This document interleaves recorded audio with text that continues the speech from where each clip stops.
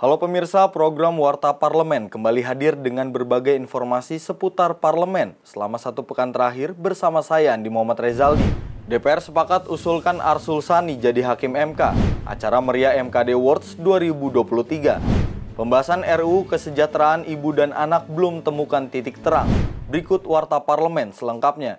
Komisi 3 DPR menggelar uji kelayakan dan kepatutan calon Hakim Konstitusi di ruang Komisi 3 Gedung Nusantara 2 Komplek Parlemen Senayan, Jakarta. Seleksi ini dilakukan terhadap 8 calon Hakim Mahkamah Konstitusi untuk menggantikan Hakim MK Wahidudin Adams. Komisi 3 DPR RI menggelar fit and proper test terhadap 8 calon Hakim Mahkamah Konstitusi pengganti Hakim MK Wahidudin Adams. Di antara 8 calon Hakim MK tersebut, Wakil Ketua Umum Partai Persatuan Pembangunan sekaligus Wakil Ketua MPR Arsul Sani juga turut mengikuti seleksi fit and proper test calon Hakim Mahkamah Konstitusi. Menanggapi itu, Ketua Komisi 3 DPR Bambang Wuryanto atau Bambang Pacul mengatakan Komisi 3 akan melakukan proses fit and proper test calon Hakim Agung sesuai dengan kapasitas dan mekanisme yang telah ditentukan. Dirinya mengungkapkan fit and proper test digelar secara terbuka. Selain itu, menurutnya jabatan Hakim MK tak terlepas dari kepentingan hukum dan kepentingan politik. Fit and proper itu artinya fit itu pas, proper patut. Patut apa enggak? Pasti punya ukuran. Hari ini yang susah ada membuat kepatutan, patut pora lagi. Nek fit itu mampu enggak tuh iki? Udah fit belum dengan jabatannya, kan begitu loh. Jadi kau jangan menanyakan asal dari mana. Lu jangan nanyakan asal dari mana, tetapi nanti kau ikuti fit and proper testnya. Sebenarnya ini orang ini mampu apa enggak? Kalau misalnya memutuskan orang ini, kan ini fit and proper test terbuka. Hakim MK di fit and proper test terbuka. Karena Hakim MK itu ada kepentingan politiknya. Di samping kepentingan hukum, maka itulah perkawinan antara hukum murni dan kebijakan politik. Oleh karena itu, ada syarat bagi kami untuk Hakim MK paham keputusan politik. Keputusan politik itu apa, Pak Soleh? Di sini keputusan undang-undang itu keputusan politik semua. Ya toh? Kalau nggak apa-apa, dia main putus saja, kita recall gitu. Dari Jakarta, tim Sinpo TV melaporkan. 9 fraksi di DPR telah sepakat mengusulkan Wakil Ketua Umum P3 sekaligus Wakil Ketua MPR RI Arsul Sani sebagai calon Hakim Mahkamah Konstitusi untuk menggantikan Wahidudin Adams. Keputusan tersebut diambil dalam rapat pleno Komisi 3 pada Selasa malam yang disampaikan oleh Wakil Ketua Komisi 3 DPR Adis Kadir. Komisi 3 DPR RI sepakat mengusulkan Arsul Sani sebagai calon Hakim Mahkamah Konstitusi pengganti Wahidudin Adams. Kesepakatan tersebut diputuskan dalam rapat pleno Komisi 3 DPR RI yang dihadiri oleh 9 fraksi di DPR. Lebih lanjut, setelah diputuskan oleh Komisi 3, nama Arsul Sani nantinya akan dibawa ke rapat paripurna DPR RI untuk disetujui dan diserahkan ke Presiden untuk selanjutnya dilantik. Hakim yang kami lakukan uji kelayakan sejak kemarin pagi itu ada 7, antara lain Dr. Hajah Reni Halidail Hamalik, SHMH, Dr. Firdaus Dewilmar, SHM Hum, Profesor Dr. Elita Rahmi, SHM Hum, Profesor Dr. Aidul Fitri Syada Asari, SHM Hum, kemudian Profesor Dr. Abdul Latif, SHM Hum, Dr. Haridi Hasan, SHMH, dan terakhir tadi Dr. Haji Arsul Sani, SH, MSI, PRM. Nah, kemudian setelah selesai ini tadi, kami langsung mengadakan rapat pleno untuk pengambilan keputusan, mendengarkan pandangan masing-masing fraksi terhadap hasil uji kelayakan, siapa-siapa saja nama-nama yang satu nama yang diusulkan oleh fraksi-fraksi tersebut. Nah, dari hasil rapat tadi, fraksi PDI Perjuangan mengusulkan Bapak Dr. Arsul Sani. Fraksi Partai Golkar mengusulkan nama Bapak Dr. Arsul Sani. Fraksi Partai Gerindra Bapak Dr. Arsul Sani. Fraksi Partai Nasdem Bapak Dr. Arsul Sani. Fraksi Partai Kebangkitan Bangsa Bapak Dr. Arsul Sani, Fraksi Partai Demokrat Bapak Dr. Arsul Sani, Fraksi Partai Keadilan Sejahtera Bapak Dr. Arsul Sani, Fraksi Partai Amanat Nasional Bapak Dr. Arsul Sani, Fraksi Partai Persatuan Pembangunan Bapak Dr. Arsul Sani. Jadi dari 9 fraksi semua mengusulkan satu nama Bapak Dr. Arsul Sani. Kemudian pimpinan rapat menanyakan kembali apakah dapat disetujui. Kemudian semua menyatakan menyetujui Bapak Dr. Arsul Sani.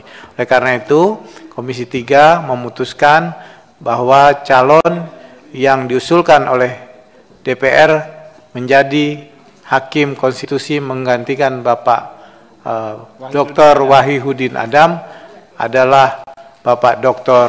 Arsul Sani. Demikian proses jalannya uji kelayakan sampai dengan pengambilan keputusan, dan alhamdulillah semua berjalan dengan lancar. Dari Jakarta, tim Sinpo TV melaporkan. Anggota Komisi 6 DPR fraksi Partai Amanat Nasional Intan Fauzi mendukung upaya pemerintah melarang social commerce seperti TikTok Shop. Intan berharap upaya pemerintah merevisi Permendak Nomor 50 Tahun 2020 dapat mengatasi maraknya jual beli di media sosial yang dianggap dapat mengancam pasar lokal dan e-commerce berizin resmi. Anggota DPR fraksi Partai Amanat Nasional Intan Fauzi mengatakan social commerce atau bisnis dan jual beli di media sosial dapat mengancam pasar lokal dan e-commerce yang memiliki izin resmi serta membayar pajak kepada negara. Intan menjelaskan definisi penjualan online dan marketplace berbeda dengan media sosial, sehingga revisi Permendak Nomor 50 Tahun 2020 oleh Kementerian Perdagangan memang perlu dilakukan. Menurutnya bisnis dan jual beli di media sosial tersebut marak dilakukan karena biayanya yang murah. Selain itu para pelaku usaha juga tak perlu membayar pajak. Menyikapi mengenai revisi Permendak 50 tahun 2020. Kenapa? Akhir-akhir ini kan UMKM resah karena barang-barang yang dijual khususnya di TikTok Shop itu bisa jauh lebih murah. Kemudian pelaku usahanya juga banyak sekali. Nah, pemerintah merespon. Sebetulnya ini sudah dimulai sejak beberapa bulan yang lalu. Karena kami di Komisi 6 itu yang salah satu mitranya adalah Kementerian Perdagangan sudah bertanya ke Pak Mendak dan sudah direspons langsung sekitar awal Agustus itu sudah dilakukan revisi Permendak 50 tahun 2020 dan saat itu sudah harmonisasi. Karena kalau bicara aturan tentu harus ada harmonisasi di Kemenkumham. Nah, apa sih yang diatur? Antara lain adalah yang pertama bicara definisi dari marketplace itu harus jelas. Karena di sana kan pemainnya ada social commerce seperti misalnya TikTok Shop. Kemudian ada retail online seperti yang biasanya .co.co atau para pelaku startup digital. Kemudian ada yang memang mereka itu adalah bergerak kalau e-commerce-nya adalah marketplace. Seperti Lazada, Shopee, TikTok dan sebagainya. Banyak yang memang hari-hari masyarakat sudah mengakses. Lalu diatur lagi semua pelaku usaha, apakah itu offline kan memang sudah jelas ya harus punya izin perpajak. Nah ini juga berlaku untuk yang online. Pelaku usahanya itu dari luar negeri harus memiliki izin usaha. Kemudian harus otomatis dia kan dengan adanya izin usaha terkait dengan perizinan lainnya, bayar pajak dan sebagainya. Kemudian bagi produk-produk tertentu yang memang diharuskan ada SNI, harus ada halal, harus ada PIRT dan sebagainya, itu harus juga mengikuti ketentuan itu. Nah, dalam perjalanannya tentu aturannya sudah ada. Sekarang ini didukung juga oleh Presiden, kemudian sudah cepat, artinya kemudian Menteri Perdagangan sudah menandatangani, dan ini sekarang sudah dalam tahap di Kemenkumham. Ya tinggal penomoran lah, artinya kita tinggal tunggu. Saya yakin dalam waktu dekat, tidak lama lagi karena ini bicara penomoran saja kan sudah dimulai dari harmonisasi awal Agustus. Jadi sudah akan aturan itu terbit. Dari Jakarta, tim Sinpo TV melaporkan. Kembali bersama kami pemirsa, anggota Komisi 1 DPR fraksi PDI Perjuangan TB Hasanuddin menolak adanya gugatan batas usia pensiun Panglima TNI. Menurutnya perpanjangan masa jabatan Panglima TNI hanya dapat dilakukan jika suatu negara sedang mengalami keadaan darurat perang. Anggota Komisi 1 DPR RI TB Hasanuddin merespon adanya gugatan masa jabatan Panglima TNI agar diperpanjang. Dirinya menyarankan agar masa jabatan Panglima TNI lebih baik menggunakan aturan perundang-undangan yang sudah ada, sebagaimana yang disebutkan dalam Undang-Undang Nomor 34 Tahun 2004 Pasal 53 bahwa usia pensiun perwira tinggi yakni 58 tahun. Di sisi lain, TB menolak wacana tersebut demi alasan regenerasi, karena menurutnya jangan sampai TNI terkesan dipimpin oleh seorang pensiunan. Begini, opsi itu saya belum tahu dari siapa. Apakah opsi perpanjangan itu datang dari pemerintah atau bukan? Itu yang pertama yang saya pertanyakan. Tapi dalam hal perpanjangan usia atau masa jabatan Panglima TNI, menurut hemat saya lebih baik gunakan saja aturan perundang-undangan yang sudah menjadi kesepakatan nasional. Dalam Undang-Undang Nomor 34 Tahun 2004 Pasal 53 bahwa usia perwira tinggi itu pensiunnya pada umur 58 tahun. Selesai. Ya, di situ titik. Nah, apakah bisa perpanjangan? Di dalam pasal 60 boleh, tetapi harus dalam keadaan darurat militer atau darurat perang. Pertanyaannya, apakah ini darurat militer atau darurat perang? Kenapa mesti ada perpanjangan? Nah, itu yang pertama, ya. Yang kedua, rasanya kurang pas kalau kemudian sekian ratus ribu prajurit aktif dipimpin oleh seorang pensiunan. Apa tidak ada lagi? Apa regenerasi kita kurang? Dan lain sebagainya. Kalau mau menghadapi event yang katakanlah cukup besar, yang namanya Pileg, Pilpres, saya kira organisasi TNI itu sudah disiapkan dalam keadaan apapun bisa bergantian pejabatnya. Dari Jakarta, tim Sinpo TV melaporkan. Mahkamah Kehormatan Dewan DPR menggelar MKD Awards 2023 sebagai wujud apresiasi terhadap anggota Dewan dengan kinerja baik. Gelaran MKD Awards kali ini bertemakan apresiasi untuk para pejuang etika lembaga DPR. Banyak 9 anggota DPR mewakili fraksinya masing-masing menerima penghargaan terhormat dalam ajang MKD Awards 2023. Digelar di Hotel Bidakara Jakarta pada Rabu pagi, acara tersebut dibuka secara simbolis oleh Wakil Ketua DPR Muhaimin Iskandar. Selain itu, dalam acara ini turut dihadiri perwakilan dari DPRD seluruh Indonesia. Ketua MKD DPR Adang Darajatun dalam sambutannya mengatakan apresiasi diberikan kepada anggota legislatif yang berkontribusi positif bagi peningkatan citra dan wibawa kelembagaan DPR. Dirinya berharap dengan adanya penghargaan MKD Awards, anggota DPR dapat memberikan kinerja yang memuaskan bagi publik, serta melakukan tugas, fungsi, dan wewenangnya dengan baik. Mahkamah Kehormatan Dewan DPR RI telah menyelenggarakan momentum apresiasi ini pada tahun 2022 dan di tahun 2023 ini kembali menyelenggarakan secara khusus dalam agenda MKD Award 2023 yang secara spesifik memberikan penghargaan. Ini yang paling penting nih, yang nanti menerima ya, figur-figur yang selama ini berkontribusi positif bagi peningkatan citra dan wibawa kelembagaan DPR RI. MKD Awards akan diselenggarakan secara rutin setiap tahun sebagai salah satu upaya yang dilakukan MKD DPR RI dalam rangka menjalankan fungsi pencegahan pelanggaran kode etik anggota DPR RI.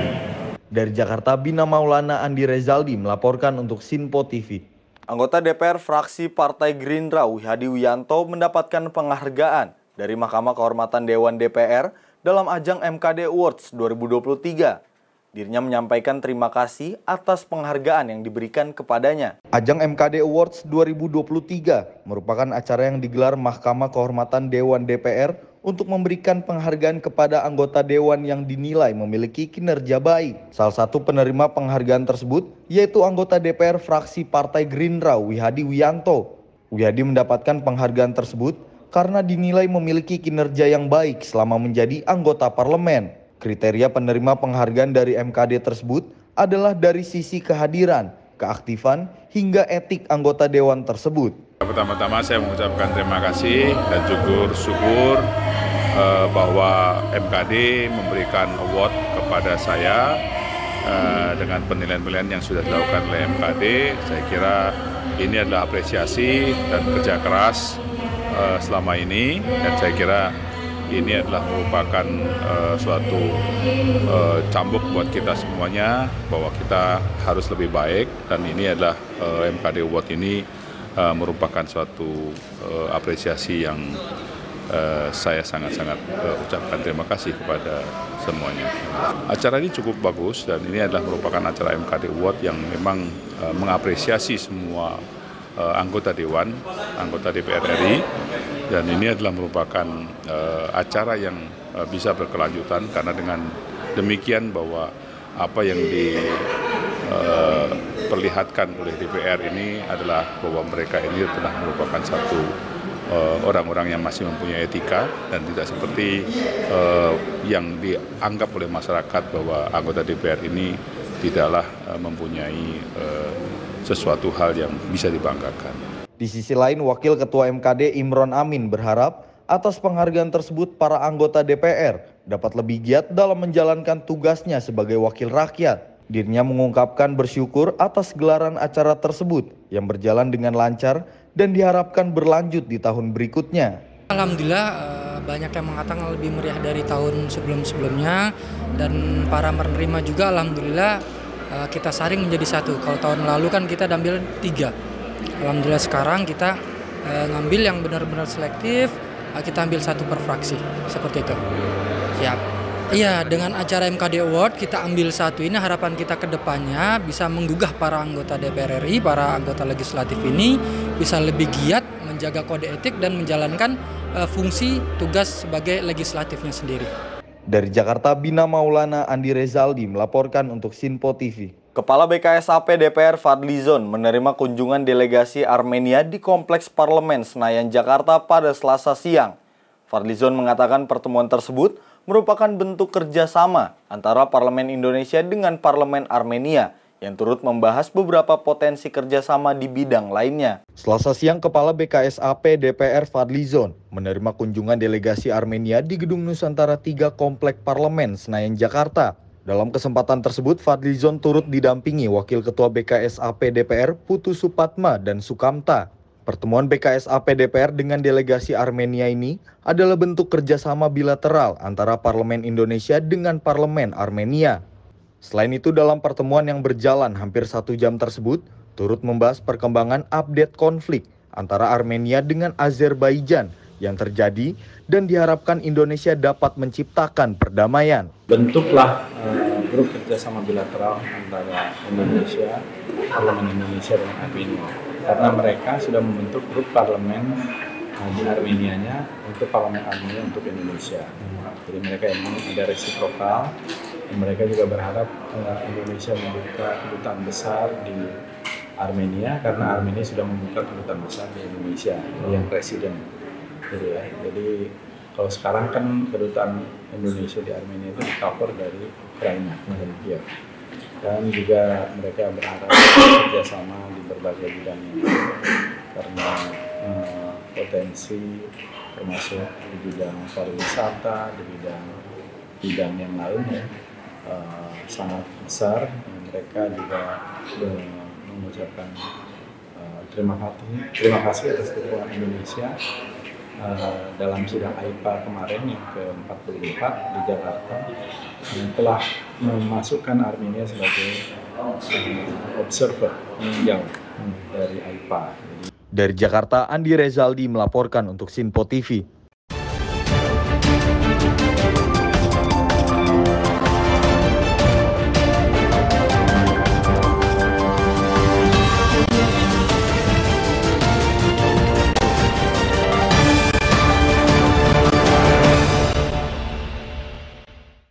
Terima kasih Anda masih bersama kami. Wakil Ketua Umum P3 Arsul Sani akan segera mengakhiri jabatannya sebagai politisi dan anggota DPR usai terpilih menjadi calon hakim Mahkamah Konstitusi.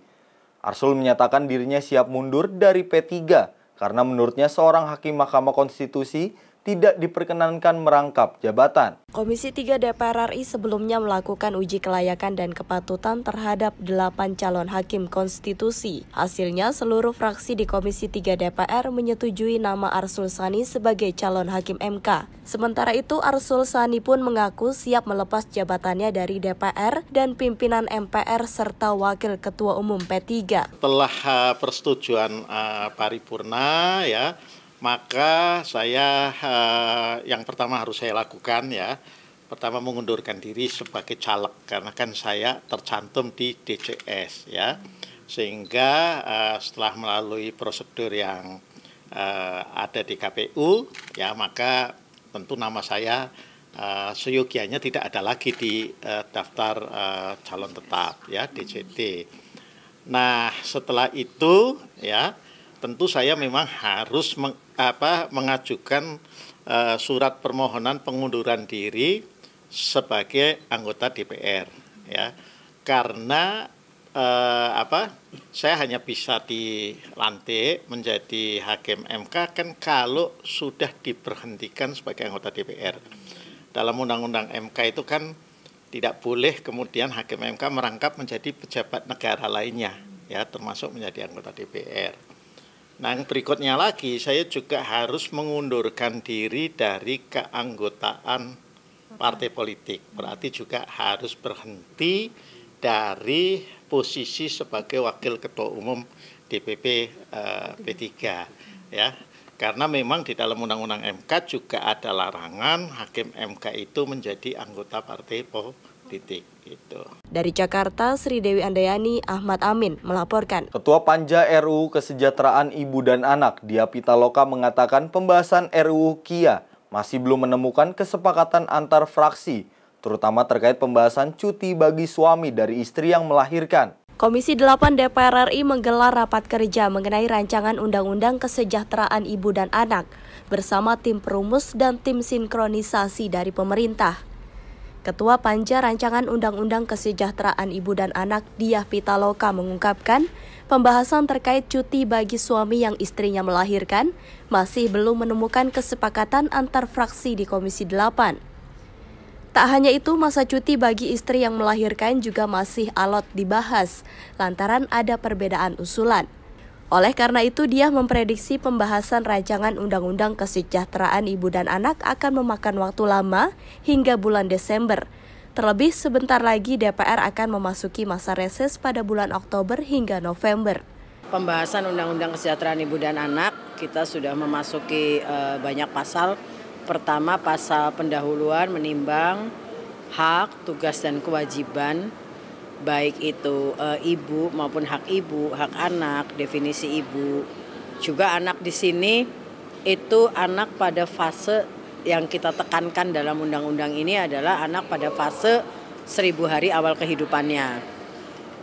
Lalu masuk ke dalam proses perencanaannya di dalam kerja-kerja pemerintahan dalam penyelenggaraan kesejahteraan ibu dan anak.